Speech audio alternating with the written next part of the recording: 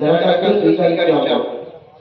ఈ దరఖాస్తును క్షేత్ర స్థాయిలో పరిశీలించడం జరిగిందని క్షేత్ర పరిశీలనలో ఇంటి గదులను ఇప్పుడు నిర్వహిస్తున్న ఇంటి పైకట్టు వివరాలు ఇండ్లు కట్టుకోవడానికి చిత్తూరులోని గ్రామ సభ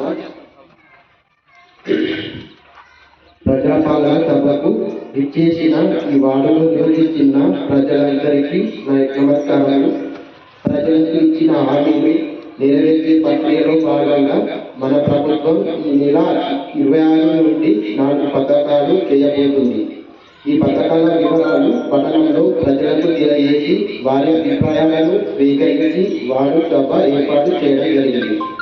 ఈ వార్డులో నివసిస్తున్న అర్హులైన అందరూ లబ్ధిదారులకు ఈ పథకాల కింద సాయం అందించేది ప్రభుత్వం యొక్క ముఖ్య ఉద్దేశం.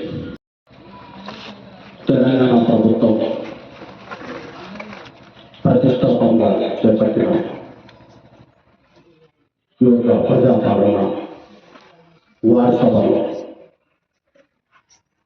ఇందులో ముఖ్యంగా చేసిన గౌరవనీయులైన కౌన్సిలర్ గారు మరియు పత్రికా విలేకరులు మరియు వార్డు సభలు నా తోటి సిబ్బందికి అందరికీ నమస్కారం.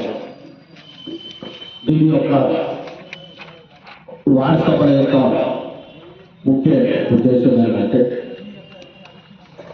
అర్హులైన ప్రజలందరికీ ఈ యొక్క ఏదైతే ఈ 4 స్కీమ్స్ ఉన్నాయో ఈ యొక్క మన మున్సిపల్ అర్బన్లో రైతు భరోసా, కొత్త రేషన్ కార్డు, ఇంద్రమ్మ ఇల్లు ఒక్క